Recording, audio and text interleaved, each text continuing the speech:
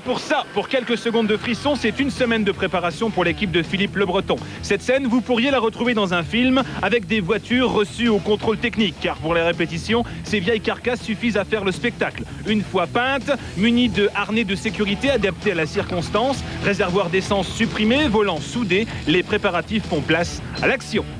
Il y a 20 ans, quand une voiture faisait des tonneaux dans un film, tout le monde était content. Maintenant, si on ne voit pas une voiture sauter sur un bus et puis faire toute une série d'exhibitions un peu spectaculaires par la suite, plus personne ne regarde le film. Les cascades sont de plus en plus techniques, on a besoin de plus en plus de créativité, d'imagination. Je pense qu'il faut avoir l'esprit tordu et sans arrêt inventer de nouvelles cascades de plus en plus impressionnantes. Tout est chronométré, calculé au centimètre près, pourtant, personne n'est à l'abri d'une erreur de pilotage.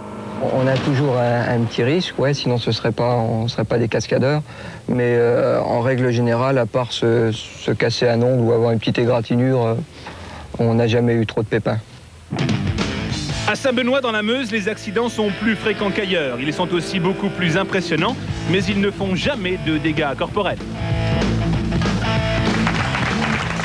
Philippe Le Breton, cascadeur, et Philippe travaille actuellement sur un projet. On va parler des flammes dans un instant. C'est organiser un spectacle à Metz au printemps prochain au profit d'une association qui s'appelle ELA, au profit des enfants atteints de leucodystrophie, avec là aussi une cascade spectaculaire, encore plus que celle qu'on a vue dans le reportage. Ça consistera en quoi? Oui, effectivement, on va avoir une voiture qui va partir aux environs de 100 km/h, qui saute un tremplin, effectue un vol d'une vingtaine de mètres, atterrit sur un bus, ressaute du bus pour atterrir sur le toit d'une camionnette, ressaute de la camionnette et continue sa course après avoir atterri sur une voiture. Alors ça, c'est pour le printemps prochain. Vous nous avez ramené un petit trucage.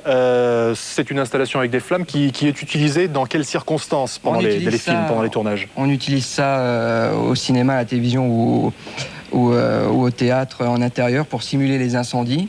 C'est un engin qu'on place où? Derrière une fenêtre, par exemple? C'est ce qu'on place derrière les fenêtres, oui, pour simuler donc les incendies. Ça nous permet de refaire plusieurs fois les scènes parce que c'est un dispositif qui est maîtrisable par le gaz, une seule vanne à éteindre. Est-ce qu'on peut avoir un plan général total pour voir à quoi ressemble l'installation? Parce que c'est ça qui est drôle finalement, c'est de montrer tout avec finalement. Alors c'est vrai qu'il y a à quoi ça ressemble. Il y a un portique, il y a peu de choses, et puis effectivement quelques tuyaux, et ça provoque bien entendu une belle illusion.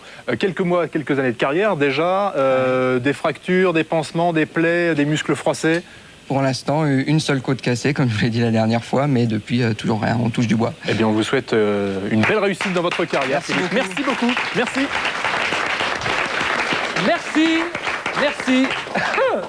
C'est vrai que nous avons les pompiers de Longeville avec nous, nous ne risquons rien. Dans cette émission, en plus, l'arrivée de Marie-Hélène sur ce plateau, là aussi, ça flambe. Info Kid tout de suite.